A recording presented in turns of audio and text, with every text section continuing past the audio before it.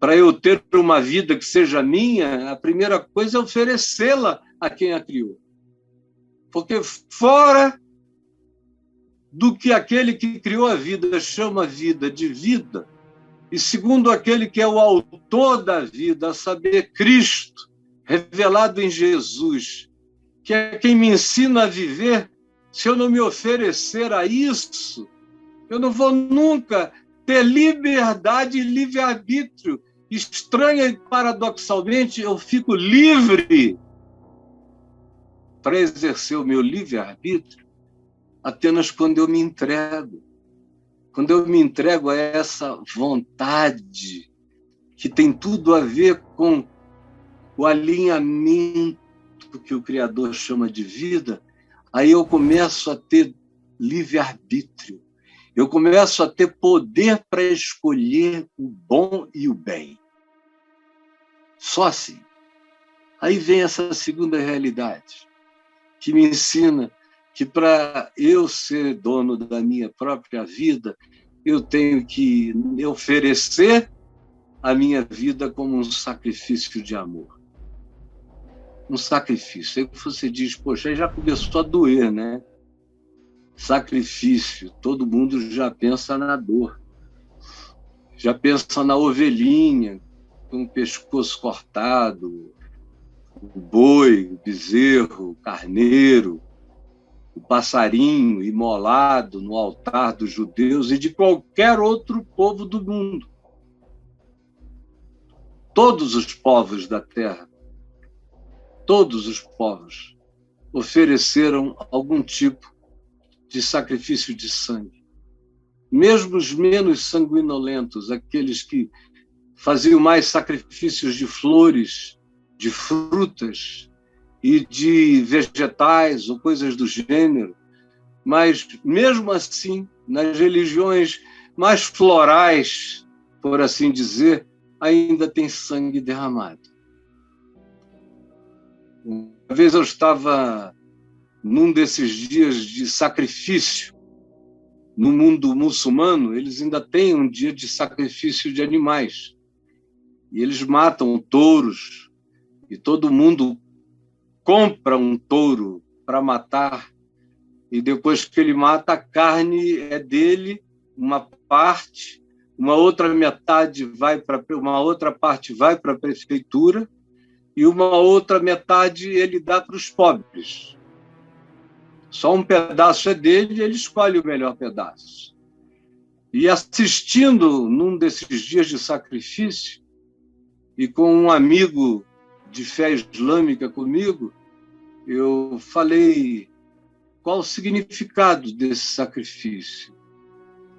É muito sangue derramado. Ele falou, já foi tanto que houve épocas em que o Bósforos, aqui na frente de Istambul, ficava vermelho de sangue de animais, o sangue que escorria pelos esgotos eram derramados no rio, no mar de Marmara e outros lugares em volta daquela lindíssima cidade de Istambul.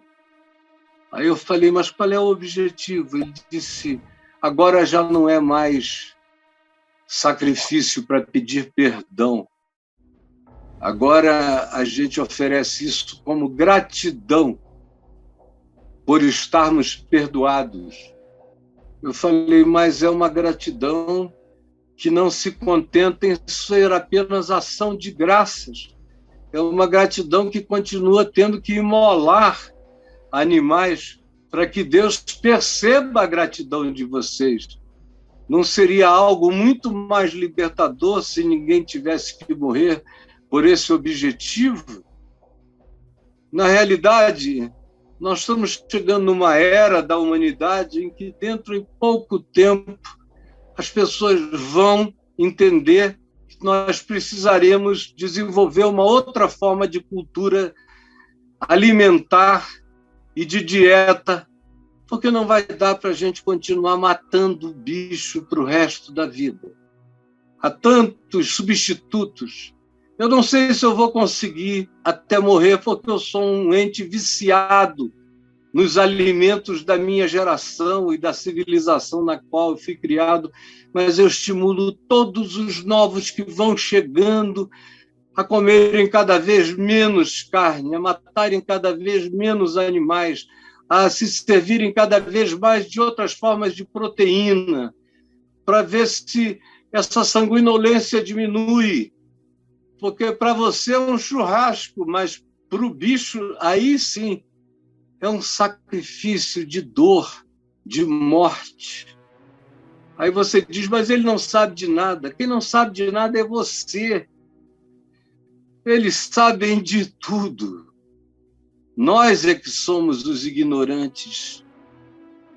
Mas para que eu cresça, para ser dono da minha vida, eu preciso apresentar a minha vida como uma decisão de entrega, como um sacrifício de amor, sacrifício santo, sacrifício puro, sacrifício agradável a Deus, vivo, santo e agradável. Não é sacrifício morto. Tem gente que pensa que esse sacrifício é mortificação. Ah, não, eu não tomo, por exemplo, eu vou tomar uma coca agora, ó. Vai ter gente que vai dizer que heresia, Caio. Eu estou tomando como remédio. Eu tomei café da manhã e subi sentindo uma coisa ruim no meu estômago e eu não estava com tempo para fazer nada. Eu só dei um gritinho daqui enquanto já estávamos entrando no ar. E falei, traz uma coquinha com gelo para mim, para melhorar a minha digestão. Começou a melhorar. E enquanto eu estava falando, a Dai colocou aqui essa coquinha. Para que não seja um sacrifício desagradável ficar essa manhã aqui. Eu busquei alívio que está me chegando. E eu sabia que isso aqui pode fazer mal a muitas coisas, mas tem algumas coisas em relação às quais ela ajuda rapidinho. Não é um sacrifício de mal-estar. É um sacrifício de bem-estar. Esse sacrifício, ao invés de maltratar, é um sacrifício que produz alegria. É um sacrifício vivo. Ninguém morre. É sacrifício com a vida, o melhor da vida. Deus não quer o pior da vida. Deus quer o melhor da vida. Ele não quer que eu me alimente de lágrimas. Ele quer que eu beba água. Ele não quer que eu me alimente de pão duro. Ele quer que eu tenha uma refeição saudável. Ele não quer que eu coma aquilo que vai me matando. Ele quer que eu ingira aquilo que me faça bem. Ele ama a minha saúde, a sua saúde. Ele ama o nosso bem-estar físico. Ele ama o nosso bem-estar emocional, mental, lógico, racional. Ele criou tudo isso e ele nos quer vivos, com o melhor da nossa vida. Se você puder ficar bonito, fique bonito, bonita. Se você puder ficar mais forte, fique mais forte. Se você puder ficar mais culto, fique mais culto. Se você puder ler mais, leia mais. Se você puder melhorar os níveis de intelecção, de lógica, de pensamento, aumente, dilate o seu pensamento. Faça isso como um sacrifício vivo, santo. Procure as coisas melhores, as coisas que se separam das ruins, para serem a dieta do bem, coisas limpas, coisas puras. E eu estou falando de consumo mental, sobretudo. mais do que de consumo, de ingestão de alimentos, a ingestão de alimentos saudáveis também, mas mais do que disso, você precisa de alimento saudável para a sua mente. A sua mente saudável vai ajudar a produzir um corpo saudável, vai te dar resistência. E tanto mais quanto a gente ganhe consciência disso, bem jovens na vida, melhor. Eu hoje lido com alguns achaques e sequelas que me vieram da adolescência desregrada, da juventude convertida ao evangelho, mas desregrada, que era capaz de jejuar 5, 6 dias sem comer, praticamente sem beber nem um tantinho de água, quase nada, e me entregando às leituras, ao trabalho, misturava tudo com tudo, viajando todo dia, 3 horas de sono por noite. Aí, primeiro, meu intestino foi ficando doente, com os divertículos dilatados e inflamáveis, e diverticulite, e sangramentos, até que eu fui cuidar disso, porque não tinha tempo nem para parar. O coração, com fibrilações atriais que decorriam da quantidade de estresse sobre a qual eu vivia, era demônio de manhã, de tarde, de noite, processo, gente doente, hospitais, pregações, no mínimo 2, 3 vezes no dia, às vezes 13 vezes.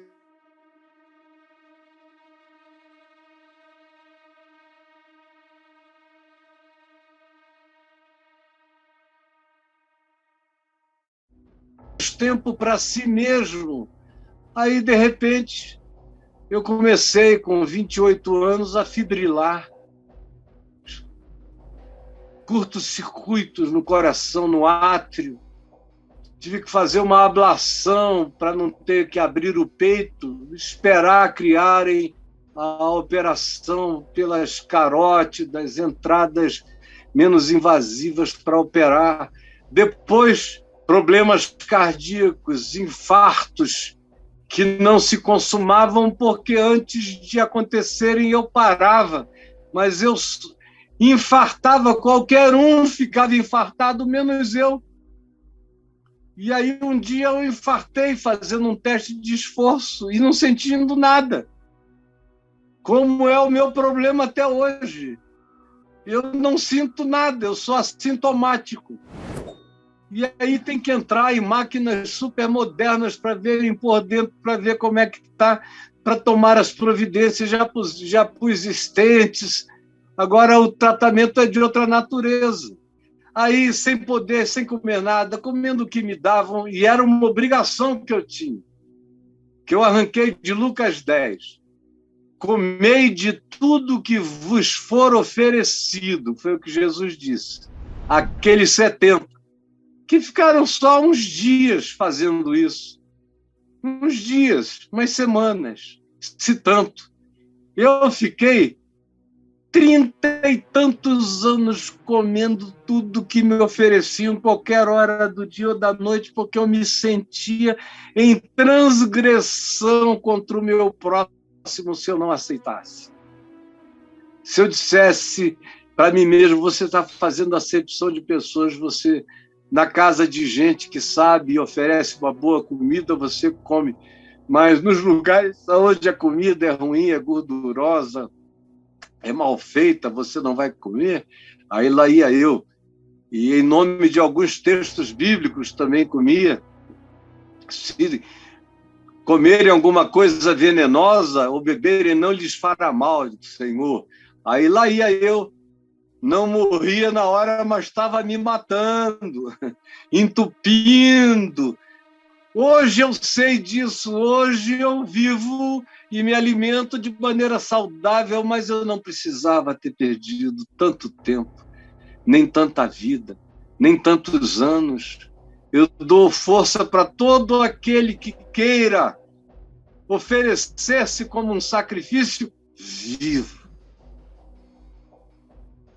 No melhor tipo de vida que você puder viver, saudável, um sacrifício santo, separado, procurando as coisas boas e melhores da vida, e que acaba produzindo uma existência agradável, agradável a Deus e agradável aos homens. Deus não tem prazer naquilo que nos destrói.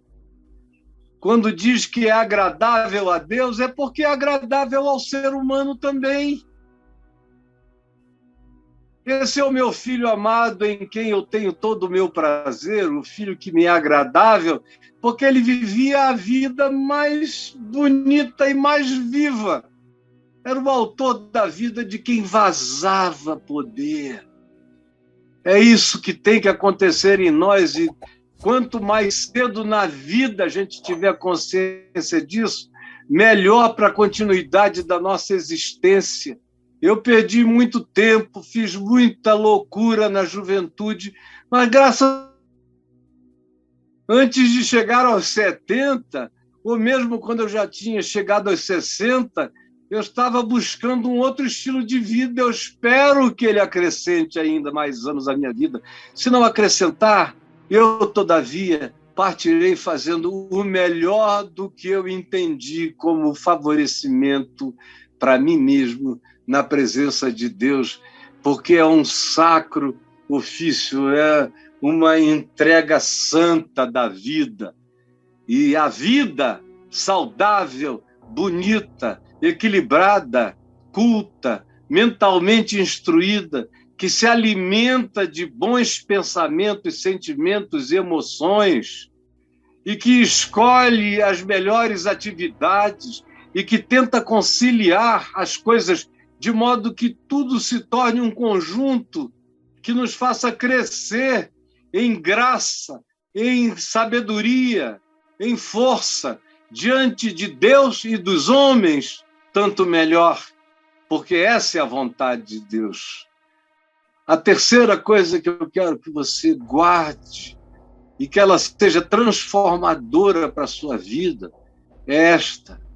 Para a gente ser dono realmente da vida, é preciso que a gente discirna uma existência em estado de resistência. Eu preciso, para ser dono da minha própria vida, ter uma existência que aconteça em estado de resistência. Porque para viver uma vida segundo Deus nesse mundo, você tem que adquirir, adotar, assumir, encarnar uma atitude de resistência. Resistência. Resistência.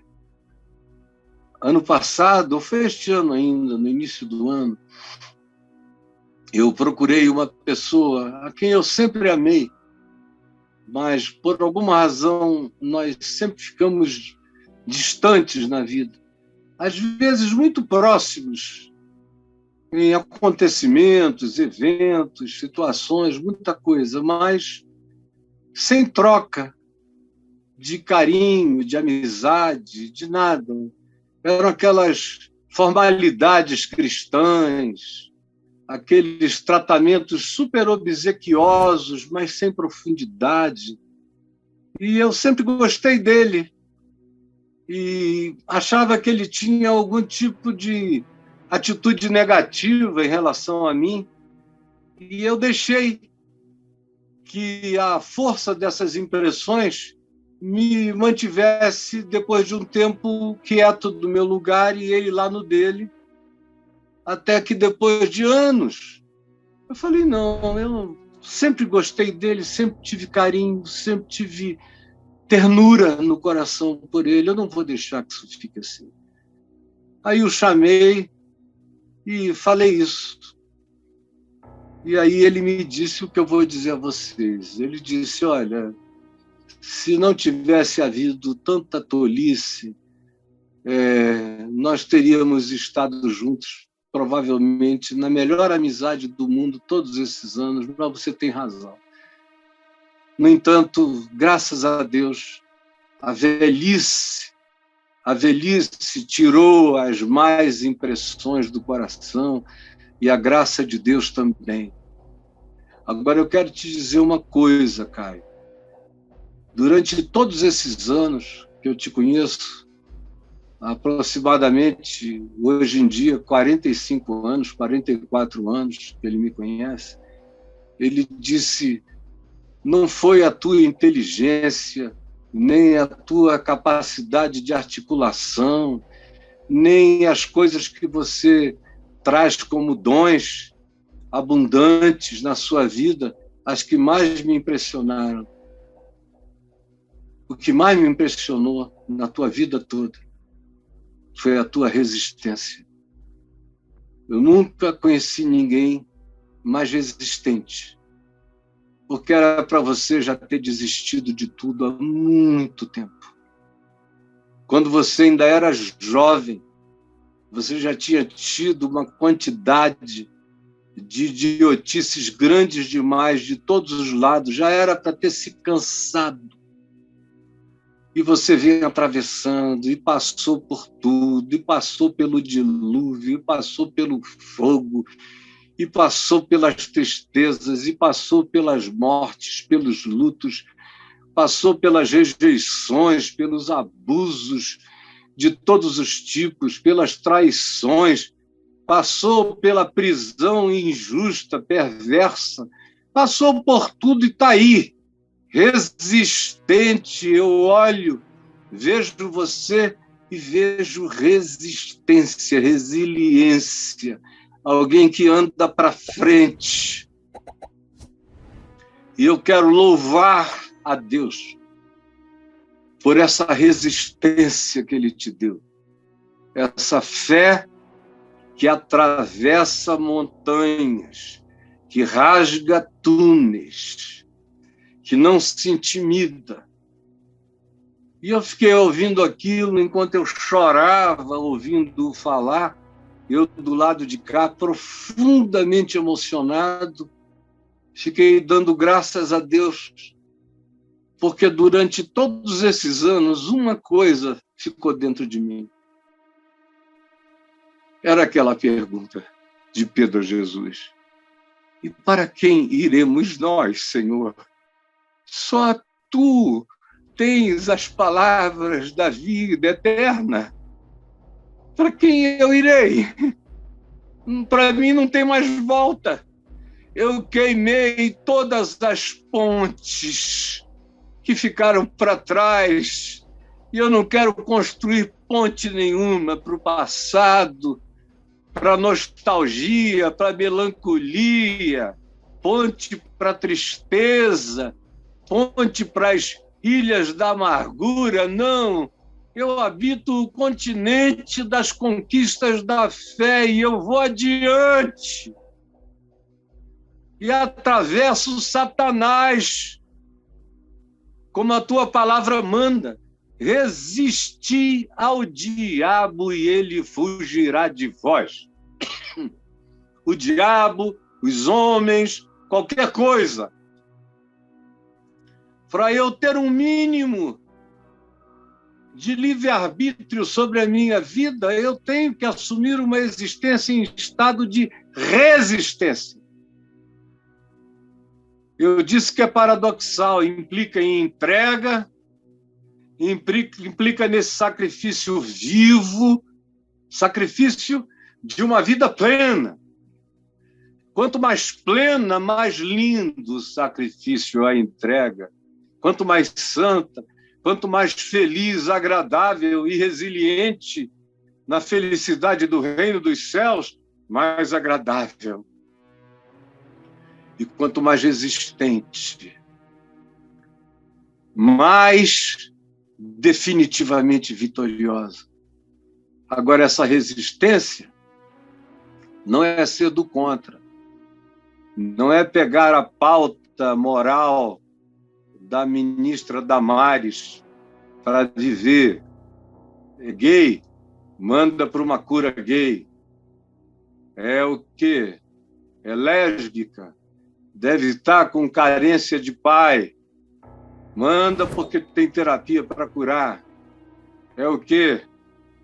Tem que odiar festa cultural, tem que abominar Bumba Meu Boi, tem que repreender banda de escola de samba e grupo que desfile, tem que abominar tudo aquilo que é chamado de festa do mundo, música do mundo.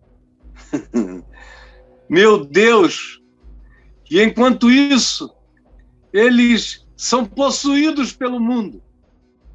Seus pastores mentem, fazem curriolas, cabalas uns contra os outros, fazem fomento de fermento para produzir intriga, divisão, raiva. É o mundo dentro. É inveja daquele que tem um ministério maior, que arrecada mais dinheiro. Hoje em dia, de quem tem mais seguidores, ou de quem tem mais respeitabilidade ou influência. Inveja. Às vezes, o cara está lá, santarado, ensinando moralidades de mutabilidade frequente, temporárias, aquilo que hoje é aceitável como moral, há 50 anos atrás era imoral, aquilo que há 50 anos atrás era imoral, algum tempo antes era aceitável. Fumava-se maconha na corte da Rainha Vitória, na Inglaterra, e nos Estados Unidos, até os anos 30, todas as grandes festas nova-iorquinas ou em Chicago eram regadas a cannabis.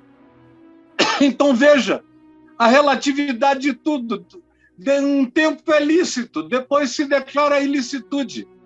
Depois vem outro e declara que é lícito. E, enquanto isso, você fica para lá e para cá sem saber o que as coisas são. Por quê?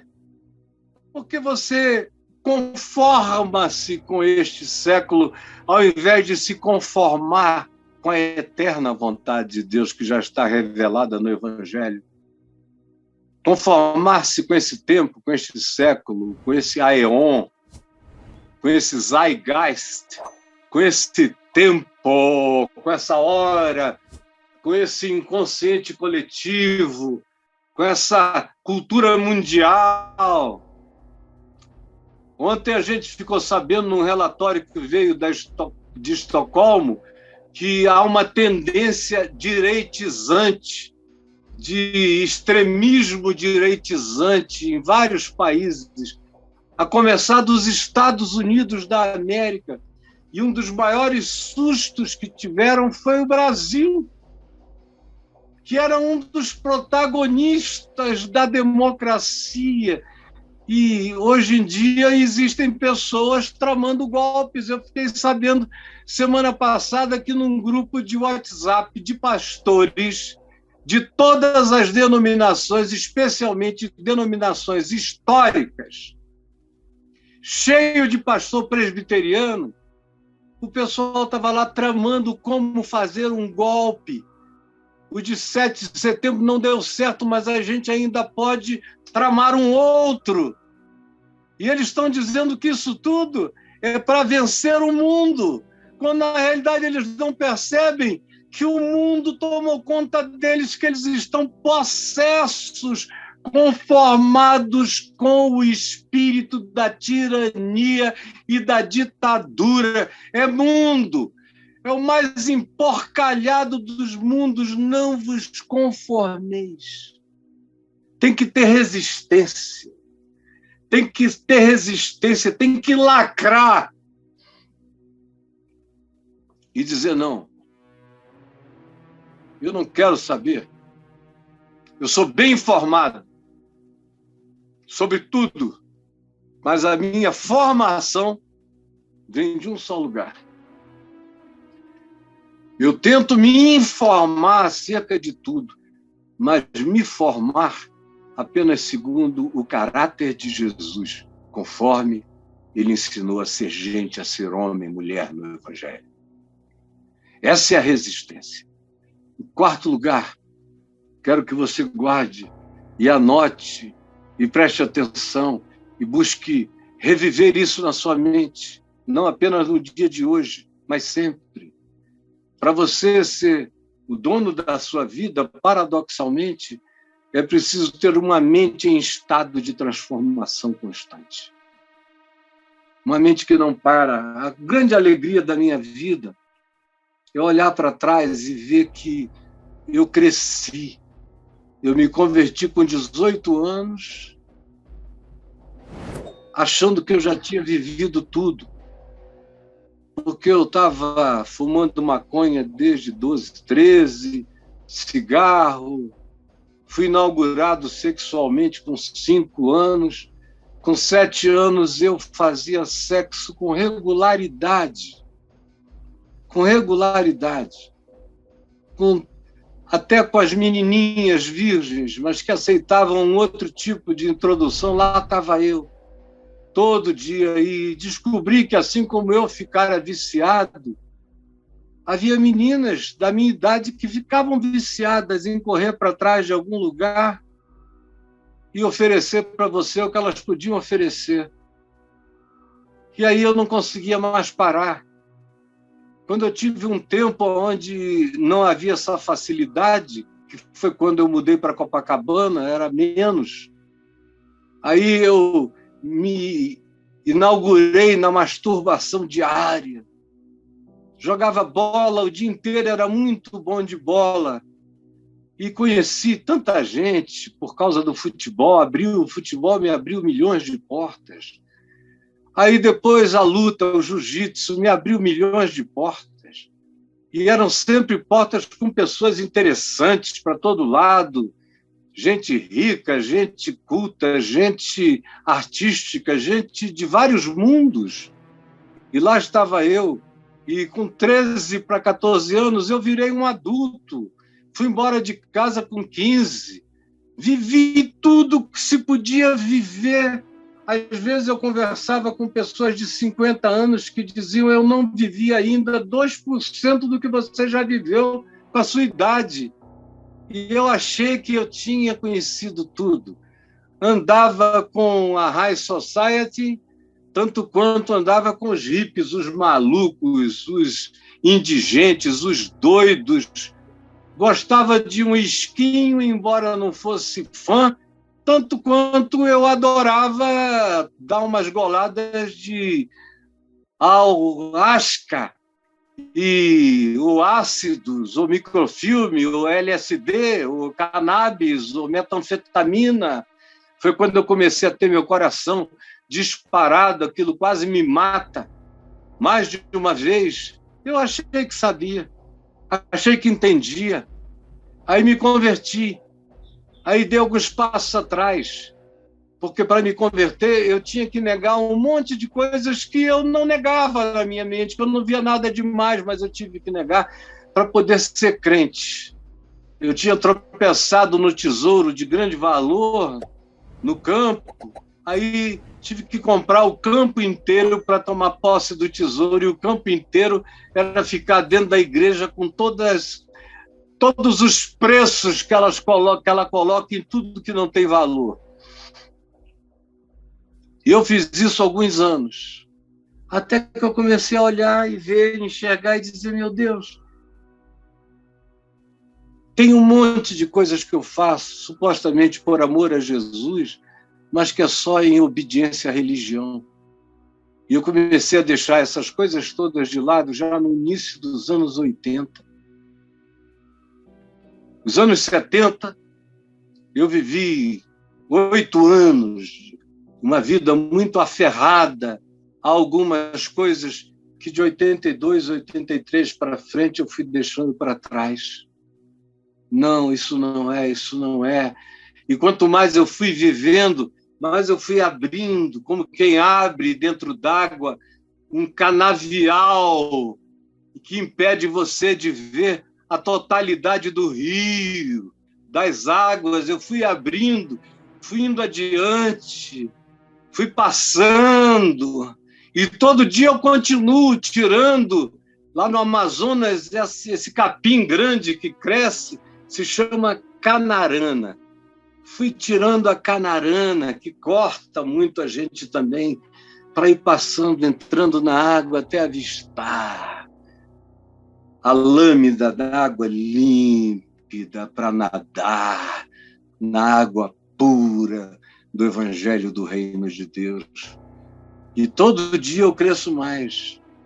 Os meus filhos me forçaram a crescer, meus netos me ensinam a crescer, as novas gerações demandam de mim compreensão, entendimento, discernimento, e eu não tenho tido medo de renovar a minha mente, de entender o século, de saber o que está acontecendo com a alma do meu próximo, para que a minha vida tenha alguma relevância, e ela só terá relevância para o mundo se eu for permanentemente um ser em estado metamorfósico.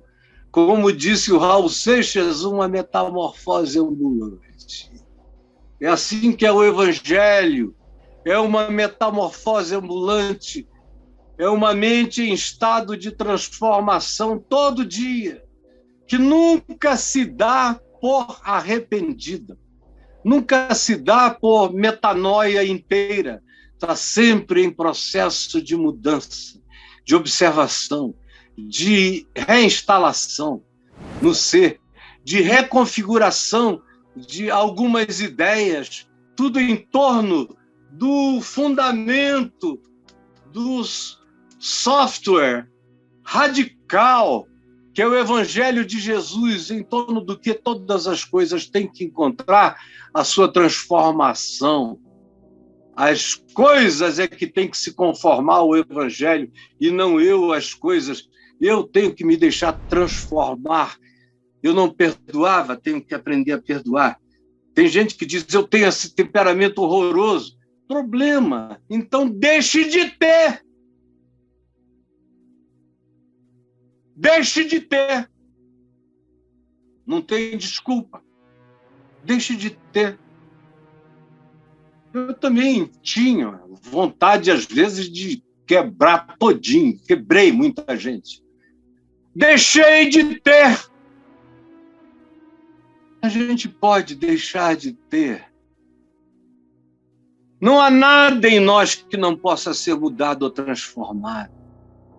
Se a gente colocar a mente, se a gente submeter o processo mental a essa transformação.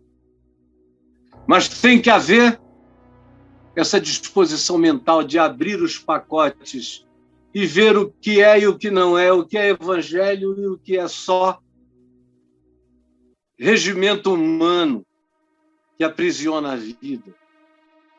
E, em quinto lugar, guarde aí para a gente concluir, guarde. Você tem que ter, eu também, um estado de paz perene. Paz perene. A minha mente e o meu ser só aproveitam a liberdade, segundo o Evangelho, em estado de pacificação. Para que façam isso tudo, e a pergunta é para quê? Para que experimenteis o melhor. Para que experimenteis o melhor.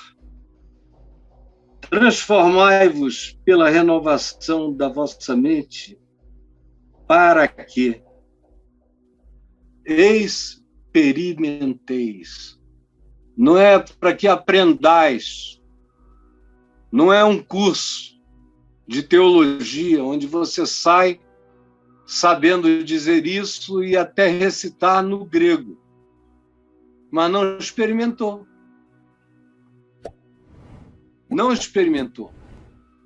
Entre um homem que sabe esse texto do grego, ou uma mulher, que pode dar aula da letra e até da compreensão do que eu estou dizendo aqui, mas que nunca experimentou, eu prefiro um analfabeto, que não saiba nem ler em português, mas ao ouvir tem entendido, guardado e praticado. Porque o Evangelho só é verdade na vida daquele que o pratica. Se você não pratica o Evangelho, não há Evangelho para você, mesmo que você seja professor de Novo Testamento, não há Evangelho em você. Tem que ser experiencial. E não é de vez em quando. Tem que tomar conta de você, das suas células todas, do seu sangue, do seu sistema nervoso, das suas sinapses neurais, das suas decisões que viram também condicionamentos psicológicos. Você tem que aprender a condicionar a sua vida a esse projeto de transformação contínua e crescente. E aí você prova o melhor de Deus. Experimenta qual seja a boa, agradável e perfeita vontade de Deus. E eu quero te dizer uma coisa. Quanto mais eu vivo assim, menos sacrificial é o sacrifício. Menos dói, mais feliz. Na realidade, eu nunca fiz nada que eu possa dizer que foi com muita dor. Eu me submeti a algumas coisas no início da minha conversão, porque na simplicidade da minha devoção eu achava que aquilo era agradável a Deus. Mas quando eu vi que não era necessário, que era peso morto, eu fui tirando todo o peso morto. E o pecado que tenazmente nos assedia para andar leve, para passar pela porta estreita, andar no caminho estreito com leveza, conhecendo a boa, agradável e perfeita vontade de Deus, que traz felicidade. Eu não podia ser um homem mais feliz do que eu sou, não poderia. Sou feliz cada dia. E quem me conhece sabe que não é papo furado. Eu não sou um cara gargalhante, mas eu sou habitado por uma felicidade, uma paz feliz, uma gratidão feliz e uma fé resistente e feliz. A boa, agradável e perfeita vontade de Deus. O que nos leva a concluir com uma sexta realidade que eu quero que você guarde para você no coração. Este é o sentido de viver para Deus. É viver na prática desse culto racional. Como diz aqui, este é o vosso culto racional. Este é o vosso culto racional. É esse tipo de vida que se entrega ao processo, que não resiste, que se entrega, que aceita o paradoxo de que eu serei livre se eu me entregar,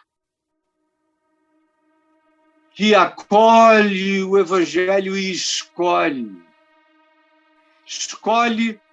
para ser uma atitude mental, emocional e virar comportamento, para se transformar em experiência que deságua na paz, na boa, agradável e perfeita vontade de Deus. Isso é a lógica do Evangelho. Esse é o culto racional. Ou seja, essa é a lógica de crer em Deus. Essa é a lógica de ser de Jesus. Essa é a lógica de obedecer o Evangelho. Se essa lógica não estiver presente, se essa sinapse não estiver feita, você decora isso, como a maioria que está me ouvindo sabe de cor, mas não sabe o que é isso, porque nunca provou, nunca experimentou uma vida sem culpa, uma vida sem medo, uma vida ousada, ao mesmo tempo que é quebrantada, uma vida dilatada, ao mesmo tempo em que se simplifica cada vez mais, uma vida amorosa, ao mesmo tempo em que é cheia de discernimento sobre o bem e o mal, uma vida que não se conforma com esse aeon, com este século, porque se transforma todos os dias, segundo a mente de Cristo. E aí pratica a racionalidade, a lógica do culto a Deus, da vida com Deus, da existência em Deus, da experiência legítima do Evangelho. Jesus, eu estou aqui outra vez, e outra vez, e outra vez, e outra vez, resistindo o tempo para que a tua palavra seja ouvida por mais uma geração. Muitos já ouviram, muitos guardaram, outros esqueceram. Mas há muitos que se mantiveram firmes. E há muitos novos que estão compreendendo, entendendo agora e tomando decisões hoje. E eu peço que tu lhes queimes a mente e o coração, com esse fogo da verdade do Espírito, que não é verdade para ser discutida, é verdade para ser vivida, sem julgar o próximo, mas para ser vivida como pacificação pessoal em ti. Eu peço que isso seja compreendido e praticado, em nome de Jesus. Amém e amém.